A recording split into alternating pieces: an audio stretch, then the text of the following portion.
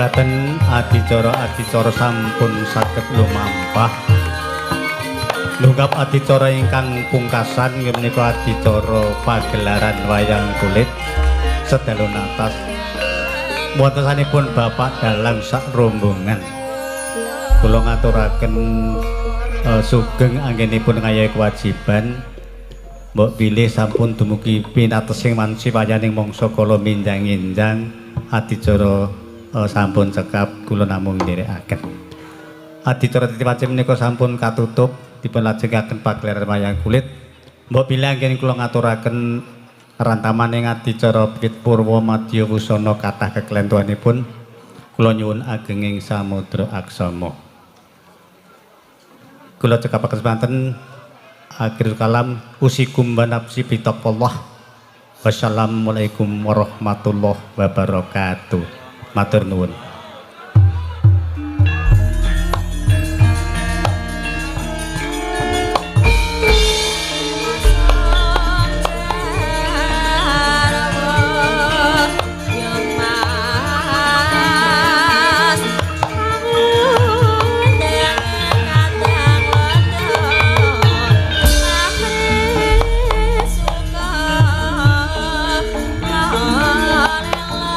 Mamresu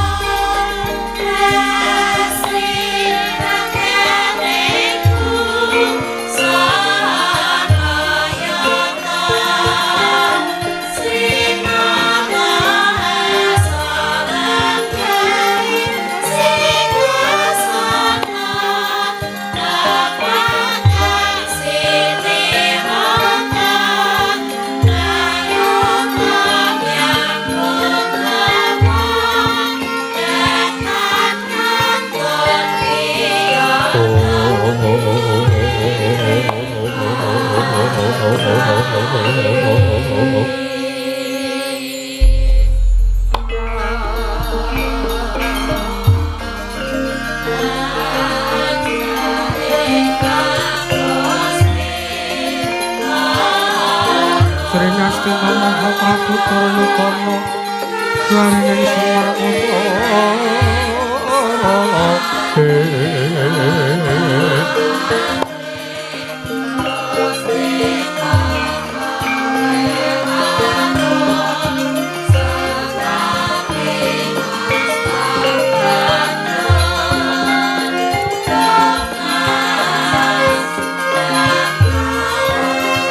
larining Semar Kutara den kapareng alun ngandika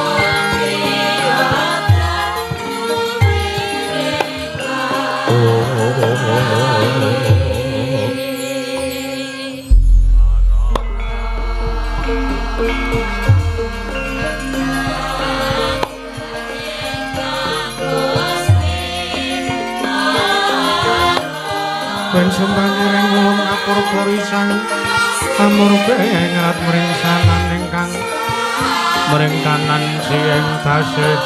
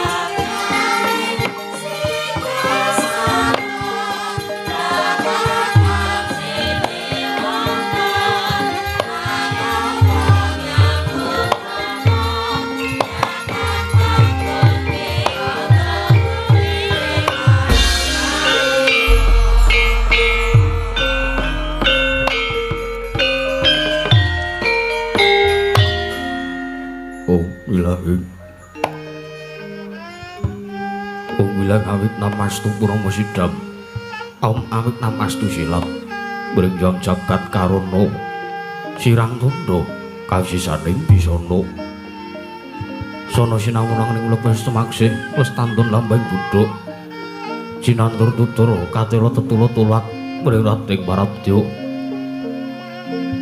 Winursita ngupama paramene skara pinardi tambeng lata mangya tekap wasananing gebita Tongrenggang pralambang matumpa-tumpa marma panggung panggunggung sang Purwengkata Sidebyar dumadining wayang Kurawa Purwakaning kandha narik puteng basa duweh punang musuh rasa yen narasaya karaos mulajari angrasa wani uring diri rasa rumangsang rumangsan ilir jalma ngilo kaca Jarwe postur lakop cang carita lebet wis gumelar jroning pagelaran. Ya Gus Jatra mriksani pagelaran inggih purwa. Surya Candra Darum yang Kartika. Wis kinur putra-teng kamosa sahari ratri. Angitri bawana para teging tuk sina kilur kemanti. Tanpa tawis dang usul ing kawula dasi tinularsa apa buka garap Tegal Sawahi. Angluur silur tatana pedhoti sinambi sendonan sesindinan mikul garu lukunde anggiring raja kayane sawanana pirembagan Semar Wangi Sang Hyang Argasa Sedang Musaya inggil wis katon meluk sinaring jagat mriki prapapat lor kidul wetan kulon sinaring jagat kang samya rebut biyada rebut tejo rebut kekuwung parandir datan wonten ingkang amadani Kokong Praja Negari Ngastina, ya Praja Negari Gajahaya, yang Liman Benawi, yang Nguru Janggala. papanjar kana pambukaning kandha sarating mangke krana negari ing Astina dumadi saking pulo-pulo bebanjaran sinasapan toya benawi tenami ombak samudra binang ngelangun kang tanpa pagut pegating manunggal kapantok uruting Cakrawala wane-wane cakring pisih sawane knebing jurang corong knebung goserung kinarya swing beksi lawet miyang sarang burung wonten ugi pasisiran tersosor jembar kebegaring pasir gemalaring garis pinggir tanem tuhang rembuyung royo-royo karang ngitri rowe-rowe ron klopo bumi subur pasidan pamur satengah kinandur pangkartu mangkar kawuryan dadi gunung-gunung bebanjengan nangrang sang langit lenggak nenggok lampai toya mijil saking sendang-sendang ning nirtani iline pinara para playune nampi waduk pinendung-bendung kinari angilini sawah yang pategalaning nara kesma pategahe kepala jengkang anggo udungane ambing kowe nganti kaya manglung-manglung witane pala kependhem pala kesimar pala gumantung sadaya tanku jiwa jinawi tukulan kang mawi sarasaning diri ingon-ingon raja kaya dewen sansaya ngrembug lamun sang aglaring mangunan lamun wanci sarap surya samya mulih marang kandhange dewi-dewi datan ana carane kandheng gurancing palang labet tebih saking tindak durjana cuti samya sayek saeka kabdi akaruring rusa bangsa tuwin negari ing Astina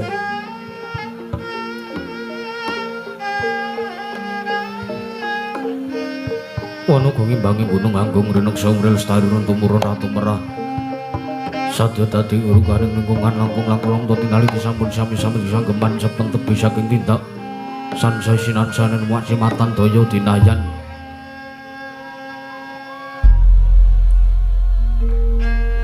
kang pinuji temah mawujud manunggaling cipta rasa karsa babar karya kenging binasake negari Astina aku semagi mancik marang jaman kencana panja kunjung pasir pawegir jinawi gemah ripah karta tata raharja dasar negara kang gedhe buri padhang jagate dhuwur kukuse turta ado kuncarane turta kasusuring manca praja lah sinten wau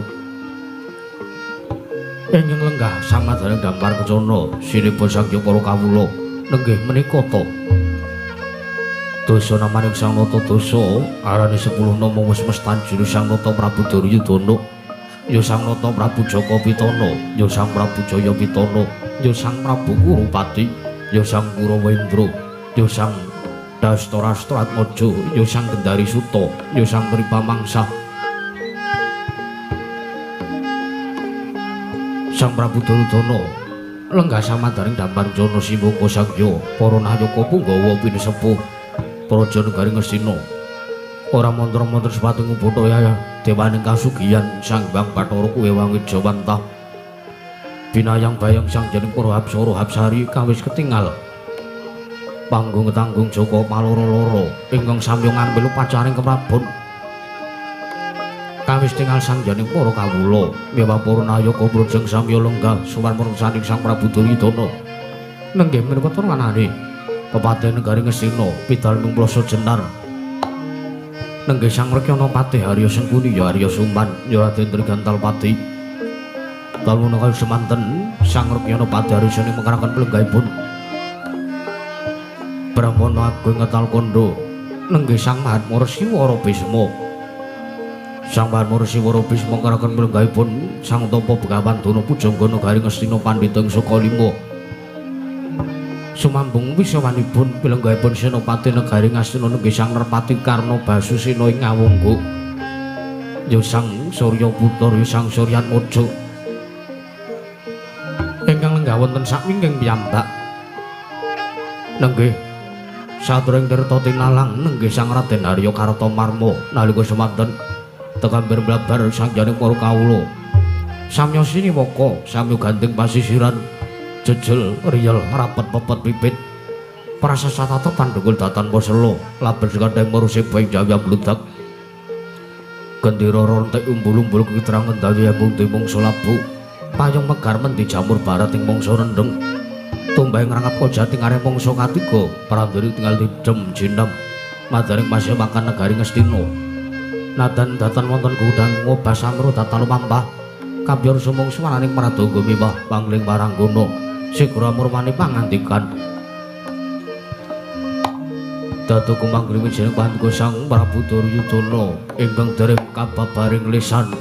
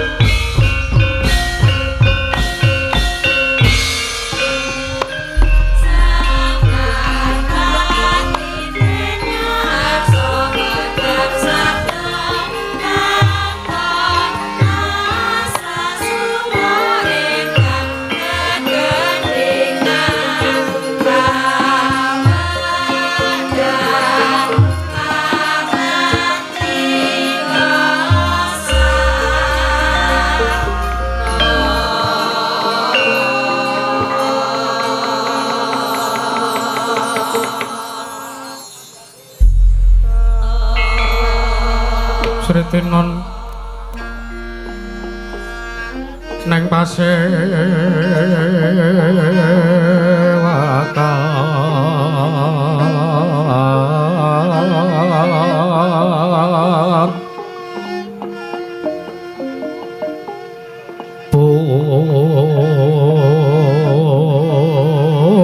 busana maneka warna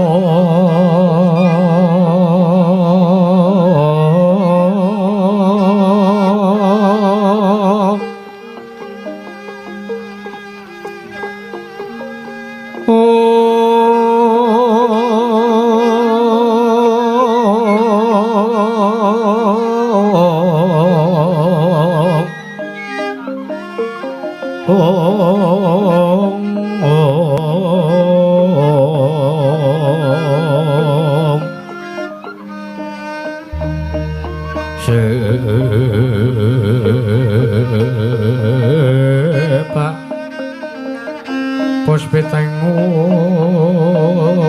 diono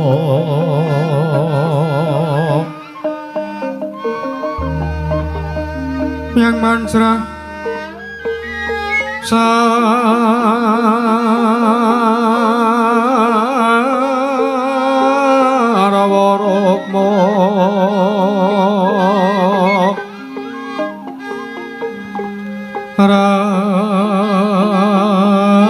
rangkeng manik nara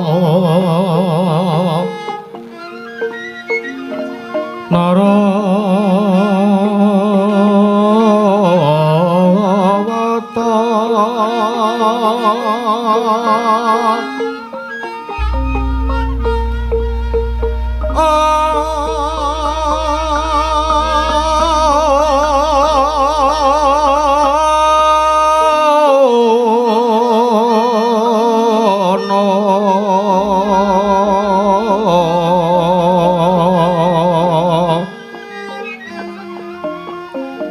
Obro Prabanyo kang sumirat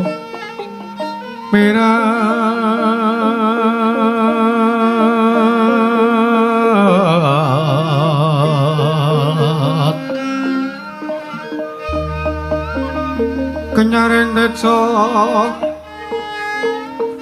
laliwaran ler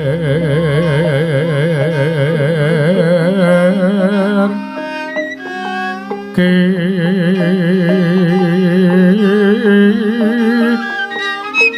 laci siring radek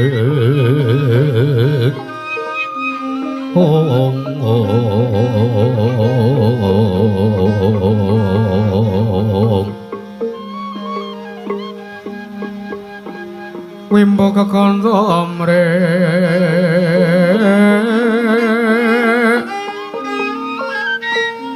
mi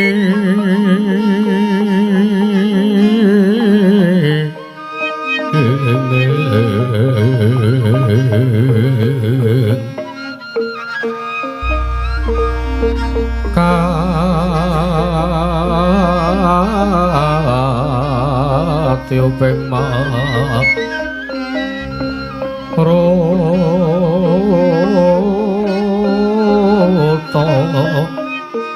ando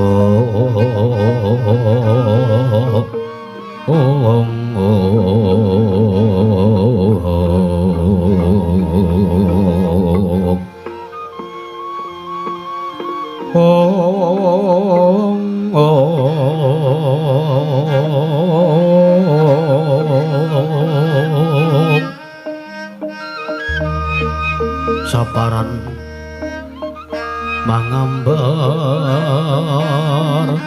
kongas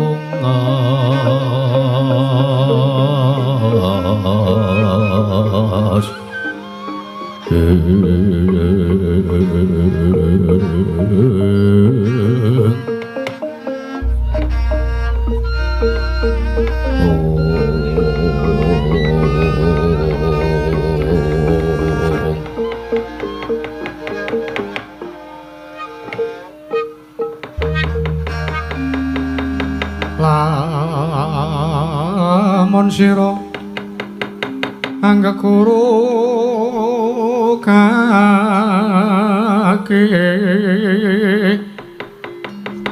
amilya manungsa kalang nyata ingkang becik martabate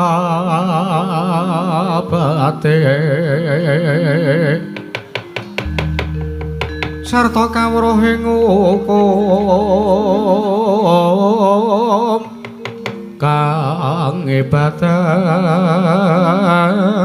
lan ngrangi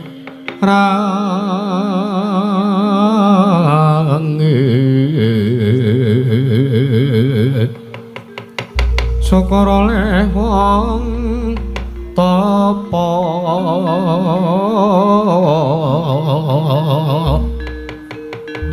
ingkang nguwasa mungkul tan mikir pamehing liyan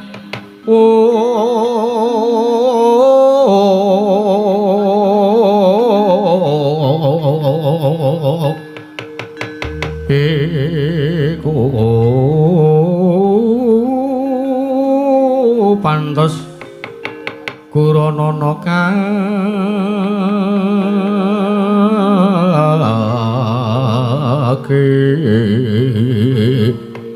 Wanggi Paman Pati Arya Sengguni, Paman Pati Kloso Jenar. Ayo dadake kaget penglur si Paman Pati. Dene sira ingsun pijo ngarsaning manira, pengenira Paman Pati Arya Sengguni. Paman Pati Kloso Jenar. Nyawa-nyawa jimat sesemban kula nggih kawula nuk ninggih. Saestu paduka miji dumateng pisuwanipun ingkang bapa ing kepatihan nggih anak Prabu Jaka Pitana. Ing jawi sanget kuwatosing manah pindharon salomba pinanjering alun-alun kumitra caruk maras. Nanging sareng wonten ngarsa paduka anak Prabu Jaka Pitana. Tebih saking raos kemarasan nggih kepareng kula cumadung dawuh. Wondene paduka anak Prabu Jaka Pitana miji dumateng pisuwanipun ingkang bapa ing kepatihan nggih anak Prabu Duryudana. Nggih, Paman. Kadhewangun sira ingsun piji minangka dadi batal wakil ingsun pranata tata rangkiteng kaprajan negari Ngastina Marata diagiatana kelan panjenengan ingsun. Samendang aja nganti kengkarempin Paman Pati Arya Sengguni. Menawi paduka dangu bab tata rangkiteng kaprajan negari Ngastina tartentu sedotan badhe nguci wani. Para kawula samya sayek saeka kapti karuhing nusa bangsa tuwin negari ing Ngastina. Mendhaipun para prajurit sang para sata Kurawa samya gadhana kridaning perang sawanci-wanci praja paduka katemping marang muga tartentu boten badhe anggepa kunca paduka nggih anak Prabu Jaka Pitana ingkang bapa ing kepatihan remuk kasawerna putung sumangga kabandhemna kawula nuk ninggih nggih anak Prabu gawe bumbung penggaling sun teka jangkep kang dadi aturira Paman Arya. Ora liwat pakaring utama tindakno selawasing urip Paman Pati Arya Sengguni. Kawula nuk ninggih menapa ingkang sampun paduka dhawaken tartentu kula mboten badhe suwala. Namung dereng lan sak sampunipun nggih kepareng ingkang abdi kepatihan ngaturaken sembah sumungkem pangabekti kula kunjuk nggih anak Prabu Jaka Pitana. Paman Arya inggih dosa sawalat menapa ingkang badhe tumiba dhumateng ingkang putra pun Duryudana. Wondene kula wantun nampi sembahipun tiyang sepuh nanging wonten semanten jengandika mriku minangka jejeripun patih nayaka punggawaning praja negari Ngastina. Sembah pangabekti Paman Arya Sengguni kula tampi dawah sami-sami Paman. Mboten langkung kasekecak lenggah jengandika wonten praja negari Ngastina menika Paman Pati Arya Sengguni. Kawula nuk ninggih sampun mboten ngrang rayogi pisawanipun ingkang bapa ing kepatihan nggih kawula nuk ninggih. Nun mangke Bapa Penemban During Sukalima, Bapa Penemban Kumbayana, sarawuh paduka Bapa Penemban During Sukalima ingkang putra ngaturaken asung pasegan Panakrami, tuwin pambagya raja mugi tansah kunjuk wonten ngarsa paduka Bapa Penemban During Sukalima, Bapa Penemban Kumbayana. Asaka Smarasila Pertapa Sumaranti hawela. Kamanaga kula kaprit kantil buntuting selikur. Kawula nuk ninggih nggih anak Prabu. Paduka anak Prabu Jaka Pitana miji dumateng wiswanipun ingkang bapa ing Sukalima. Dinten samangke-mangke karaharjan tebih saking Rubida kalih sambikala sawanipun ingkang bapa ing Sukalima wonten ngersanipun Paduka anak Prabu Jaka Pitana. Nggih, mboten langkung. Asok pasegan panakrami tuwin mambang raja sampun ingkang bapa Tampi karya Bombong. Diasmanahipun ingkang bapa ing Sukalima. Mboten langkung.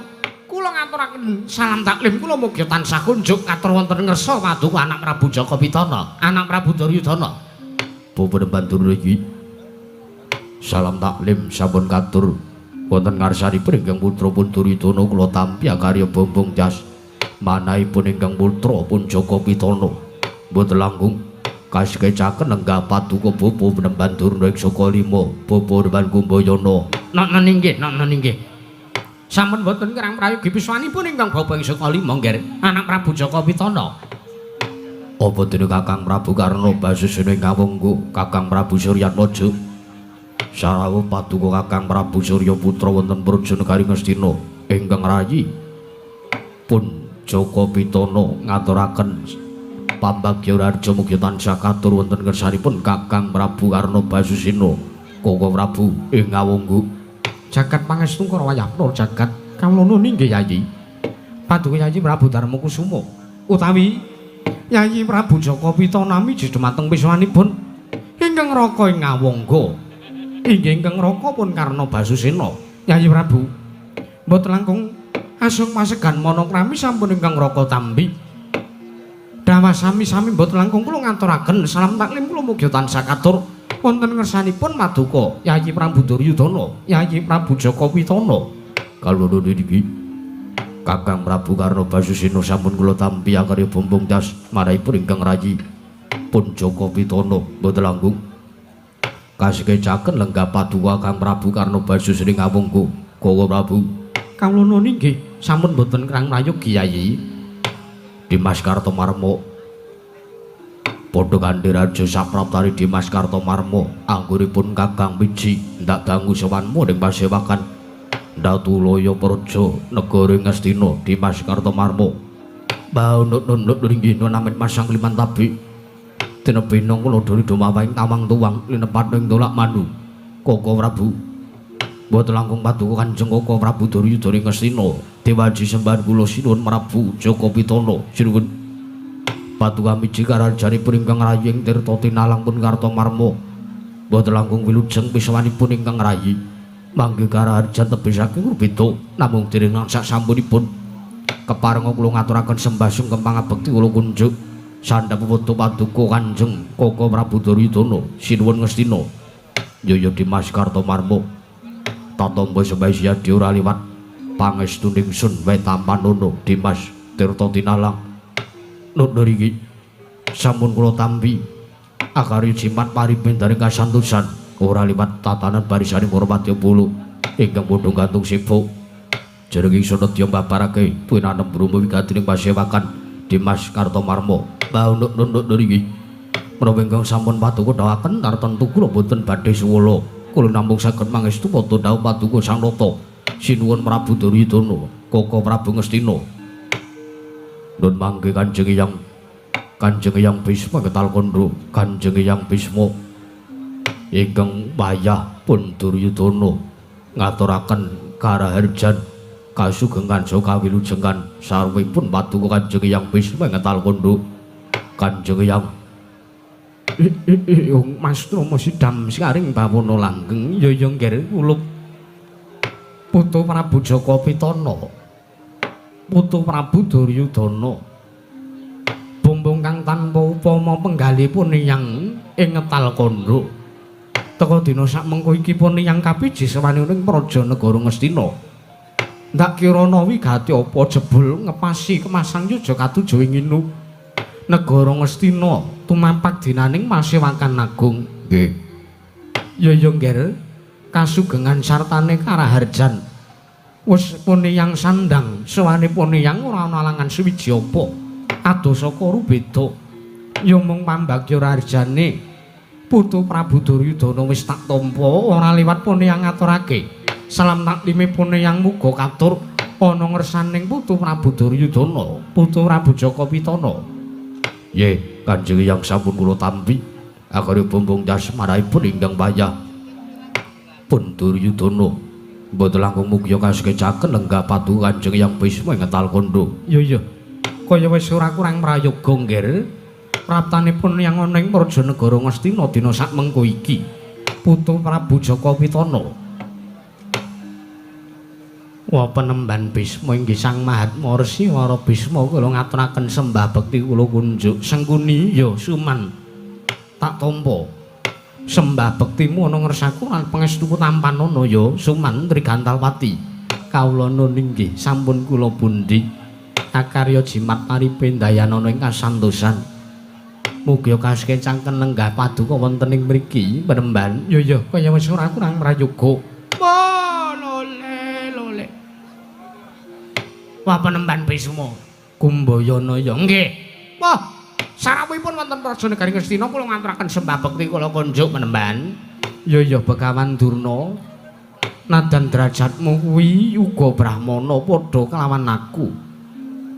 Nanging kowe kuwi tinemune taruna, aku iki tinemune Werda. Sartani aku iki kang dadi pepundhen utawa eyange putu Prabu Duryudana. Sembahmu tak tampa, tiba sepadha-padha Begawan Durna. Wah, bombong kang tanpa upami. Nggih. Matur sembah nuwun, penemban. Oh, mboten langkung mugi kaskecaken lenggahipun. Wonten Prajanegari Ngastina anggenipun rawuh wonten ngersanipun anak Prabu Jaka Pitana. Ya Kumbayana kaya wis ora kurang prayoga. Kanjeng Hyang Bisma ing ngetal kandha ingkang mayah pun nerpati Karna Basusena ngaturaken sembah bekti kula kunjuk. Ya nggih, kula anakku Surya Putra, ya Suryatmaja, ya putuku. Wis tak tampa. Ora liwat pangestunipun Hyang wae tampanana ya nggih, kula putu Prabu Ngawangga. Sampun kula tampi karya jimat paripe daning kasantosan. Mboten langkung kaskecaken lenggah padu Kanjeng Hyang Bisma ngetal kandha. Ya karena kaya wis ora kurang prayoga. Nun mangke Kanjeng Hyang sewu-sewu kalepatanipun ingkang wayah pun Duryudana ingkang wayah pun Jaka Pitana kula tadhawadana. Kara dinten samenika kula wantun ambayongi angaturi rawuh padu Kanjeng Hyang Bisma ngetal kandha. Mesti kemawon damel kaget bingung jibek manahipun padu Kanjeng Hyang Bisma ngetal kandha. Teka dinten sakmenika ingkang wayah ngaturaken utawi ngaturi ambayongi rawuh padu wonten Prajanegari Gajahaya Kanjeng Hyang Bisma. Mas Trumasidam. Ya. Nggih kula putu Prabu Jaka Pitana ora dadi ngopo. Poneyang iki ngrumangsani minangka jejering wong tuwa. Tur poneyang iki ingkang tansah disepuhake ana ing Praja Ngastina. Poneyang iki dadi pepundhene para Sata Kurawa apa dene para Pandhawa. Ora ndadake perkara yen to sira kula putu Prabu Duryudana ngaturi sawanipun yang ana ing Prajanegara Ngastina. Ndak kira ora dadi ngopo jernyatane yang iki. Tak kudu tansah ngrengkuh kelawan putu-putuku mbuh kuwi Pandhawa mbuh kuwi Kurawa ora kena mbanci ndembanci ladan. Mula kang saka kuwi nggih putu Prabu Duryudana. Senajan to yang iki ditimbali ana ing Wancirina. Aja kaya Wancirina najan wanci ratri poneyang ora bakal wegah, poneyang ora bakal lowel yen to poneyang kudu sowan ana ngersane putu Prabu Duryudana. Nggih. Mula wektu dina iki gandeng poneyang wis prapta ana ing Prajanegara Ngastina. Nalika semana putu Prabu Duryudana nimbali kelawan sowane poneyang lumantar Nawala. Gandeng wektu dina iki poneyang wis prapta ning Prajanegara Gajahaya. Mula ndak kandhi ya nggih, ndak jaluk kandhi banget. Ingkang tansah ndak antu-antu ora liya kejaba mung sabda pangandikane. Ya paduka ya sira. Kula putu Prabu Duryudana. Mula kang saka kuwi ana wigati apa poneyang tansah cengwadung dawuh. Poneyang bakal nganglungake janggane lengake karna mastuti sabda tama pangandikane putu Prabu Duryudana. Putu Prabu Jaka Pitana. Jagat pangestu wayah peluru jagat Kanjeng Hyang sewu-sewu kalepatanipun ingkang wayah pun Duryudana kula tadhawadana dinten samenika kula wantun ngaturi rawuh paduka saestu Cekaos kemawon rembagipun ingkang wayah pun Duryudana teka wekdal samrika kula ngaturi rawuhipun para sepuh kula kinten menawi perkawis ingkang badhe kula aturaken mriku namung perkawis kaprajan perkawis ingkang badhe kula aturaken mriku kula namung badhe ngrembag bab patinipun adhi kula para Pandhawa tartentu boten susah kula ngaturi rawuhipun paduka Kanjeng Hyang Bisma nanging kula nuwun sewu gandeng perkawis ingkang badhe kula aturaken mriku kalebet ingkang tansah ngembe dumateng karajan soka santosanipun para kawula paripaksa kula kedah ngrawuhaken paduka Kanjeng Hyang Bisma pramila kula suwun kanthi sanget samangke kula mung badhe ngaturaken menapa ingkang dados kemanipun manahipun ingkang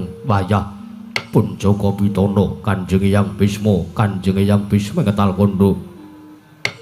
Ya yen to wis pancen wis setela wis samapta ing gati sawi goyong diri enggal-enggal maring dawuh nggih wigatimu apa jernyatane teka nganti putu Prabu Duryudana nimbali kelawan sawanipun Hyang. Nggih Kanjeng Hyang ana dawuhmu apa?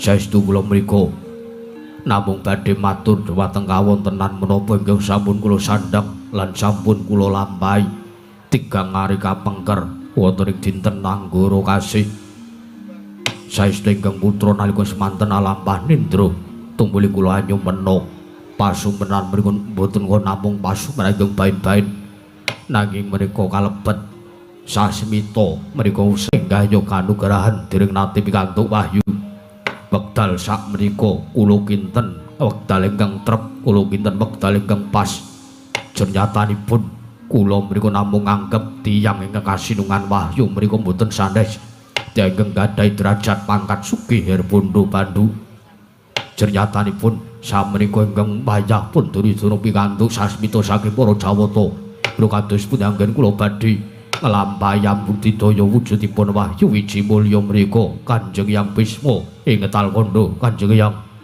anjering kang puspita rum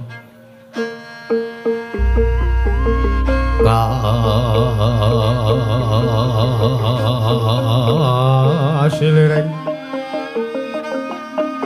samirana mrih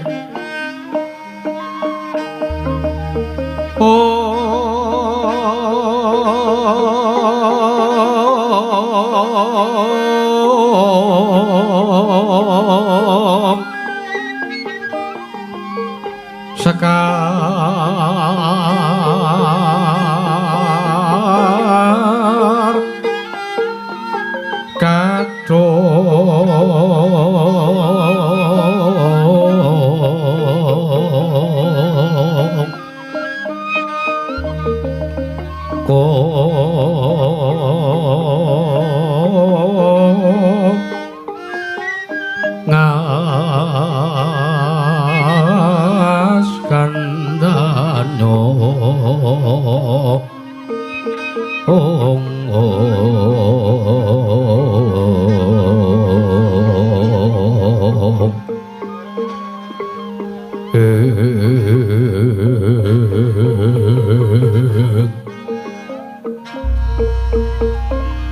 maweh raras ratnaning triya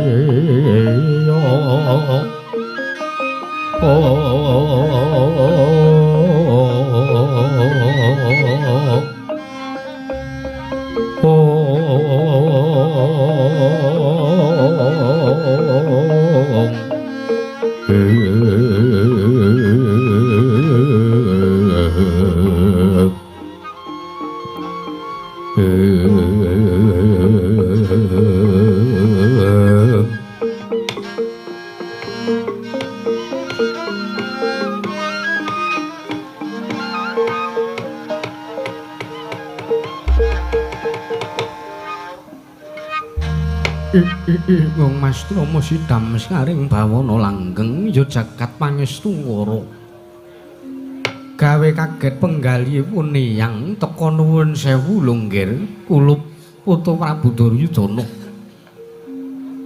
wis mataun-taun pendak-pendak pun Hyang iki sawanunging Prajanagara Ngastina ora liya kejaba nalikane putu Prabu Duryudana nganake pasewakan rembug wigati jroning pasewakan ora liya sing dirembug mung ngarep ngrembug babakan kepiye nggone ngrenah patine Pandhawa pendak-pendak pun yang dikanthi suwan mening praja negara Ngastina mesti wae pun yang iki mung dijaluki go partikel monggo karti sampeka kepiye nggonmu bakal gawe serana patine para Pandhawa nanging kok beda kelawan adat saben ingkang wis kelakon beda kelawan wektu sak gendagan iki beda adoh kelawan nalikane pun yang suwana ning praja negara Ngastina wektu-wektu ingkang pungkasan sadurunge pun yang matur sadurunge pun yang maring pangandikan luwih dhisik pun yang ngarep ngaturake pambagya utawa pangayu bagya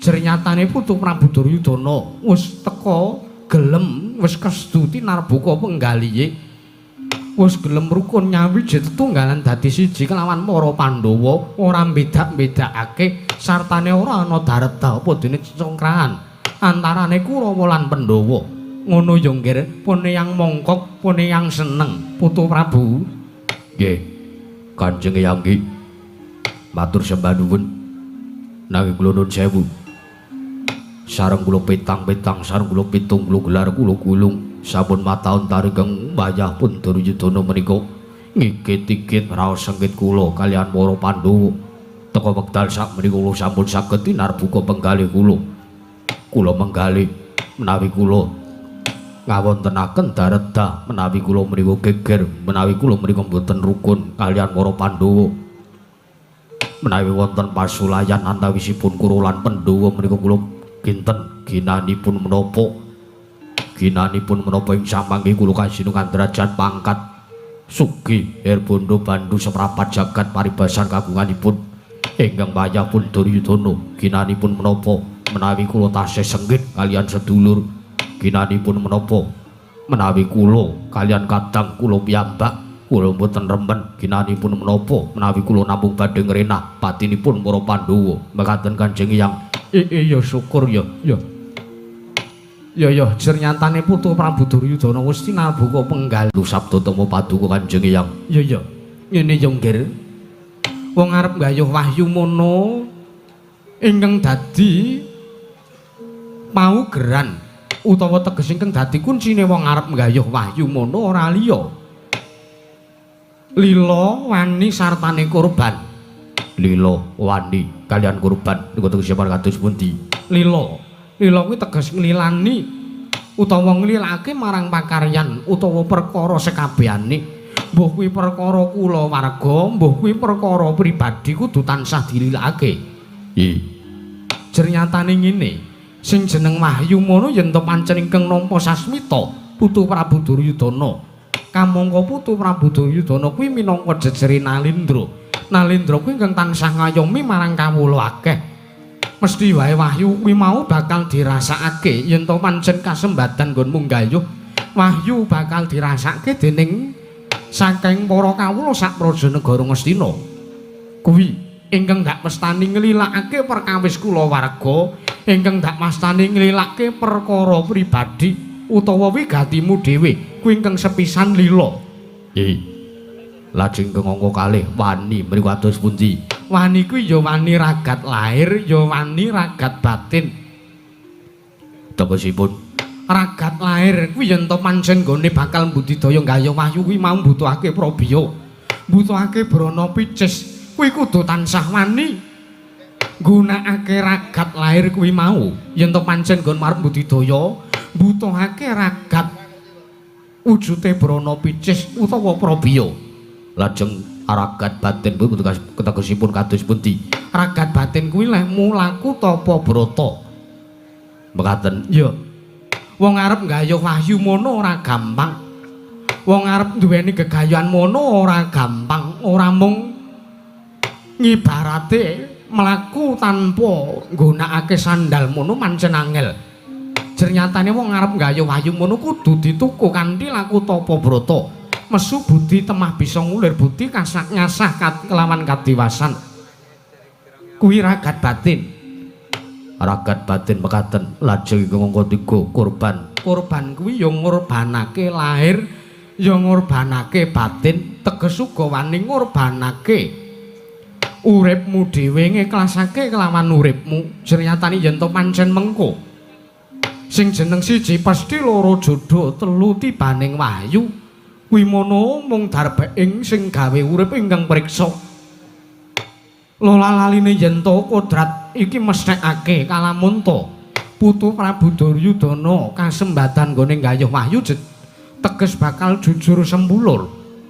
nanging yen to mengko ning tengahing dalan kodrat mestheke putu Prabu Duryudana kudu tekaning pati ya kudu wani ngiklasake teges kudu wani kurban kuwi ingkang diarani kurban lahir sartane kurban batin ya kurban urip ya bela pati marang kawula akeh merga nuwun sewu lho Ngger saiki kuwi akeh ratu saiki akeh wong ingkang tansah mimpin marang keprajan suwijining negara saiki akeh nanging kawulane padha ora digatekake kawulane padha kanane pating slangkrah padha bubrah padha melet-melet kanane para kawulane nanging ratune ora mbudidaya kuwi teges ratu ingkang dadi jejering ratu ingkang muspra tanpa guna nggih Kanjeng Hyang iki iya nanging sareng pun yang mitung perkara iki mau pun yang matur ana ngersane putu Prabu Duryudana ora liya ndak kira ndak gelar ndak gulung putu Prabu Duryudana kuwi mung kepengin njaluk sabda pangandikane pun yang kepiye lakune wong arep gayuh wahyu gunane apa pun yang matur akeh gunane apa pun yang terweteh ndruwili kaya grojokan terweteh kaya bethet sewu nembo pategalan yen to tembene mengko mung bakal mlebu kuping kiwa metu kuping tengen ora ana gunane teges pangandikane pun yang iki mau ora tinampa ana ngersane manahe putu Prabu Duryudana nggih Kanjeng Hyang iki ya mula saiki ngene yen to pancen putu Prabu Duryudana wis tinarbuka penggali ingkang sepisan kaping pindho putu Prabu Duryudana kudu tansah ngulati marang kanane para kawula kuwi yen to pancen sira arep gayuh wahyu wiji mulya jernyatane wiji kuwi mujudake winih wiji uga sinebut woh yen to wiji mengko ditandura ning sakjeroning kaprajan utawa saindenging negara Ngastina yen to dipupuk kanthi bener becik mesti wae bakal nuwuhake kamulyan tumraping para kawula ya mung mangkono mungguh atur pangandikane puni Nyangger putu Prabu Duryudana nggih Kanjeng Hyang matur sembah nuwun ingkang tanpa pepindhan teka patuhu sampun damel cemeblong raos sing manahipun ingkang wayah pun Duryudana ya tiba sepadha-padha nggih Bapak Penemban Durna Bapak Nemban Kumbayana oh kula wonten dawuh nggih anak Prabu mriku kula sabda pangandikanipun Hyang Bisma Ketal Kondo nggih dos pundi kula suwun iguh pertigal iguh pamrayogi paduka Penemban During Saka Lima oh lole astaka swala sila pertapa samaranti apalah kamera kapriyatum sesikur nuwun sewu lho Ngger nuwun sewu mboten kateges kula menika ngembe mboten kateges kula menika nyepelekaken dhumateng sabda pangandikanipun ingkang Hyang inggih Sang Mahatmarsi Wara Bisma Ketal Kanda jernyatan menika derajating pandhita derajating brahmana ingkang sampun limpah ingkang sampun buntas kawruhipun sampun inggil ngilmunipun nggih Bapak Nemban iki nanging nuwun sewu lho Ngger nuwun sewu sareng kula pitung sareng kula gelar kula gulung kula pikir-pikir paduka Anak Prabu Jaka Pitana menika mboten susah-susah gayuh wahyu merga nuwun sewu tiyang ingkang kedunungan wahyu menika mboten kok wong sing besok bakal mulya uripe menika senes wahyu menika kok senes wujuding hal gaib menika mboten nggih nanging menawi tumrapipun ingkang Bapak Saka Lima wahyu wong duwe derajat pangkat wong sugih brana picis wong dadi nalendra sugih bondo bandhu blegedu brewu menika sampun kedunungan wahyu kamangka nuwun sewu saking perkawis ingkang kula sebataken sugih bondo bandhu dadi nalendra bandane tumpuk matumpa-tumpa seprapat jagat nggadahi kabagyaning lair menika sampun paduka Anak Prabu Duryudana sampun nyandang sampun kasinungan sedaya ingkang sampun kula sebataken pramila kula nuwun sewu lho Ngger paduka menika mboten susah-susah kepengin gayuh wahyu wiji wasesa menika mboten sah Wahyu Wijimulya menika mboten sah dipun gaya. Jernyatanipun padukan Prabu Jaka Pitana menika sampun kedunungan wahyu. Wahyu menika nggih para kawula saking Praja Negari Ngastina ingkang sami pitados kalian padukan Prabu Jaka Pitana. Mekaten. Nggih, pramila nuwun sewu. Sampeyan mboten sah napa niku cara-carane laku prihatin. Sampeyan mboten sah tapa brata. Oh, napa kirang? Leh kula dados dekenganipun padukan Prabu Duryudana menika napa kirang? Nggih. Napa sampun kirang napa paduka menika dereng cara-caranipun menika paduka dereng puas. Teka paduka tesih dadak ketayalan kepingin gaya wahyu ingkang sinebat Wahyu Wiji Bawana menika kala wau. Nggih. Nek tumrap kula mboten sah gaya wahyu, pun. Nek pancen kepara paduka mrika adreng kepingin ngukui Wahyu Wijimulya sampun lenggah wonten Praja Negari Ngastina menawi. Bab nuwun sewu, kula menika mboten pitados wontenipun wahyu menika mboten pitados. Jernyatanipun wahyu menika mboten mawujud. Wahyu menika mboten wonten wujudipun. Wahyu menika mboten kok mawujud barang menika mboten. Menika namung ngayawara to nggih, menika namung dongeng. Nggih. Lah menika nuwun sewu, sampun ngantos ing sakmangke paduka dadak ketayalan gayuh Wahyu Wijimulya. Samangke paduka mriku sampun kendelan kemawon wonten Praja Negari Ngastina. Oh, menikmati bondo donya wonten Praja Negari Ngastina mriku sampun wujudipun wahyu kadonyan lho, Nggih. Inggih nggih anak Prabu kula nuwun sewu. Leres menapa ingkang dipun aturaken Kakang Durna menika kala wau jernyatanipun menawi tumrap kula menika wahyu menika ugi mboten wonten. Wahyu menika lak namung dongeng. Coba ta. Nek pancen wahyu menika ugi wonten, menawi pancen Jawata menika sampun asring matedaken wahyu utawi kanugrahan mesti kemawon Kurawa langgih ugi kebagian. Nggih. Nanging lak sampun mataun-taun Kurawa niku mboten nate kasinungan utawi kadunungan kanugrahan ingkang sinebat wahyu, mbuh kuwi wahyu katentreman, mbuh kuwi wahyu kamulyan, mbuh kuwi wahyu cempaka mulya lan niki wau ingkang dipun rembak Wahyu Wiji Mulya menika kala wau menika tumrap ingkang bapa ing kepatihan menika namung ngayawara. Sengkuni wonten dawuh penemban musik to. Aja ngamu gawar ngawur kang dadi aturmu. Wong ingkang kedunungan wahyu kuwi pancen bener. Sing jeneng wahyu mono ora mawujud. Sing jeneng wahyu mono ora kok wujud barang kuwi babar pisan ora. Nanging dewa kuwi matedhakake kanugrahan utawa wahyu mono tumrap para kawula ya ngersane titah. Kuwi nampa wahyu kuwi teges digampangake dalane. Ya digampangake uripe nggone arep nyambung urip ning Madyapada. Nggih penemban. Tur kowe matur kowe omong yen to dewa kuwi wis bola-bali matedhake kanugrahan ya wahyu, mbuh kuwi wahyu kamulyan, mbuh wahyu katentreman. Nanging mataun-taun Kurawa sepisan wae durung tau nampa wujuding wahyu kamulyan. Ya mbuh wahyu apa wae Kurawa sepisan wae durung tau tate nampa wujuding kanugrahan para Jawata. Saiki tak takon. Saiki aku tak takon karo kowe, apa mbok kira Kurawa kok kepengin gayuh wahyu ki, apa mbok kira Kurawa ki wis apik pakartine ngono apa piye? Tegesipun kados pundi? Tak takon Kurawa ki apa wis pancen apik lahir batine ngono? Kondange akeh ki padha nyebutake yen to Kurawa ki najan to turun ratu, najan to kuwi satriya, najan to sugih bondo Bandung blekedu brewu, seprapat jagat bondo ki duweke Kurawa. Nanging apa ana wong sing ngundangke jenenge Kurawa, pangkartine Kurawa ki apik, tak takon.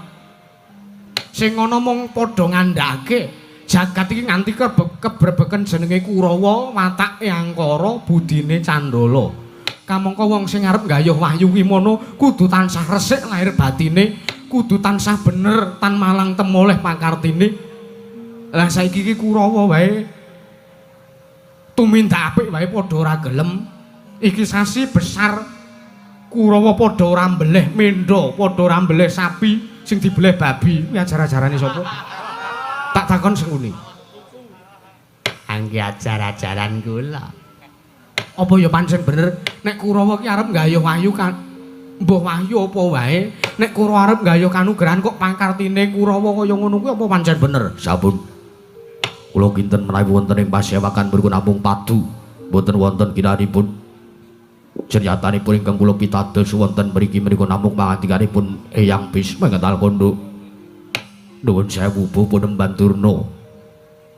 Adat saben kula menika tansah nampi kula tansah rumaja kelan dawuh pangandika Paduka nanging sagendakan mriku kula kinten pangandikan utawi sabda ingkang waras pranganggung sabuk namung sabda pangandikanipun Eyang Bisma Ngetal Kondo. Mboten napa-napa. Sagendakan iki kula pancen nembe rada mboten waras kok, Nger. Nggih. Pramila pundi kemawon sedaya ingkang kula aturaken menika kala wau kedah dipun saring. Sedaya ingkang kula aturaken menika kedah dipun pilah, kedah dipun pilih. Mekaten. Nggih. Pramila monggo pundi ingkang dipun pendet ingkang sae, ingkang awan dipun bucal ingkang tebih. Nggih.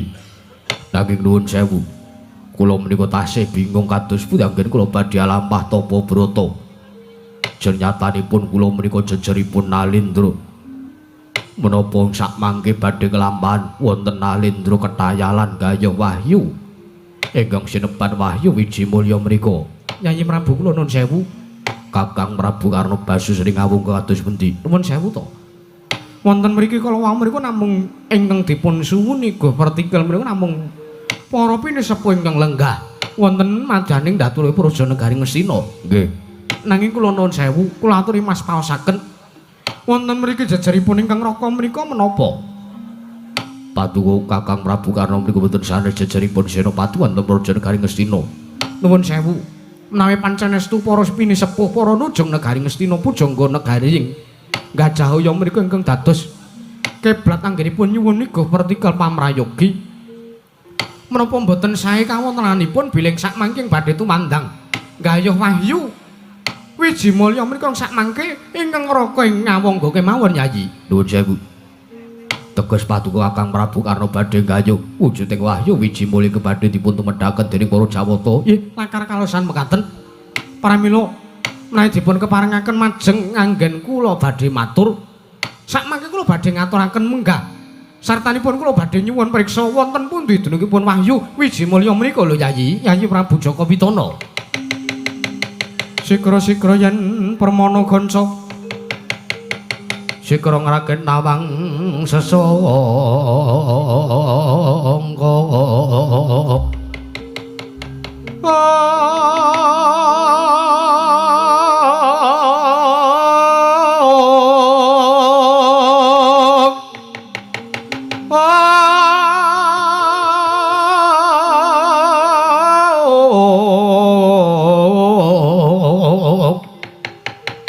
Nalindra mbok marwa sing sang katrega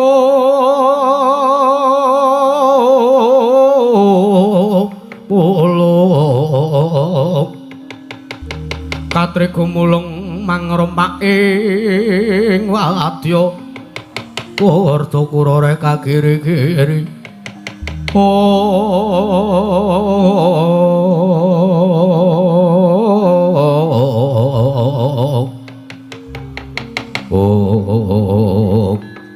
jagat Dewa Bathara Kakang Prabu mriku ingkang kula antu-antu menawi samangke Kakang utawi Kanjeng Hyang Bisma Ngetal Kondo sampun paring dawuh bilih tiyang ingkang badhe gayuh wahyu utawi gayuh kanugrahan mriku kedah tansah nengenaken marang tumindak ingkang sae sartanipun inggih mriku kedah ngugemi paugeman lila wani sartanipun kurban. Mboten kinten babar pisan Paduka Kakang Prabu Karna inggih jejeripun Senopati wonten Raja Negari Ngastina sagah gayuhaken. Iya Yayi. Kula nuwun sewu kula nedya nyuwun priksa. Wahyu Wijimulya menika mapanipun wonten pundi lan srananipun kedah kados pundi? Kakang Prabu Karna Wonten dawuh. Miturut sasmita, miturut wangsit ingkang sampun kula tampi, Wahyu Wijimulya menika mapanipun wonten lengkahing Gunung Mahindra. Mapanipun wonten wujudipun weksa ageng aran Wreksa Mandira Kresna. Wonten mriku dunungipun Wahyu Wijimulya. Pramila samangke kula suwun kanthi sanget Paduka Kakang Prabu Karna enggal-enggal tumuju wonten ing lengkahing Gunung Mahindra. Samangke gayuh Wahyu Wijimulya ingkang mapan wonten samadaning Wreksa Mandira Kresna. Yayi ngestaken dawuh. Nek sampun tetela dinten sak menika kula badhe nyuwun pamit. Menawi dipun keparengaken kula badhe ngandhi Sacekapipun wadyabala para Satakura tumuju wonten ing lengkeng Gunung Mahendra. Wonten sak madaning wreksa Mandira Kresna Yayi Prabu. Nggih. Mboten langkung kula namung ndherekaken tindak jengkar paduka Kakang Prabu Karna. Kula balang muja puji sesanti mugi rahayu tindakipun Kakang Prabu Karna Basusena. Yayi.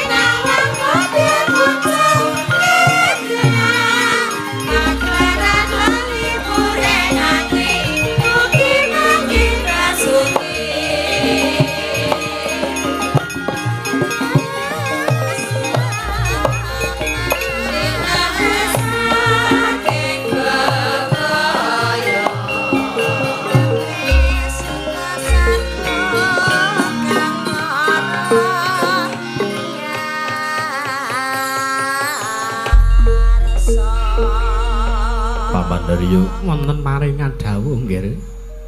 tandang krida tandang karya ingkang kados mekaten mriku ingkang tansah kula antu-antu ingkang kula suwun.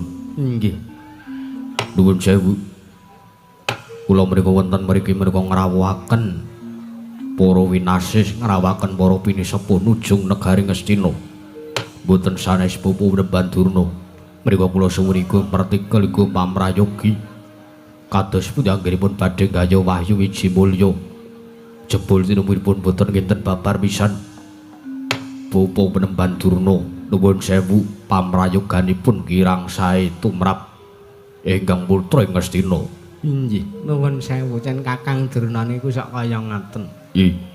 Niki wau ketingale bar entek pinten ngaten kok. Entek pinten aja sak tumbak cucukan to Depate. Ah nyatane sampean mau ngejak aku ora. Mpun to, Mbah.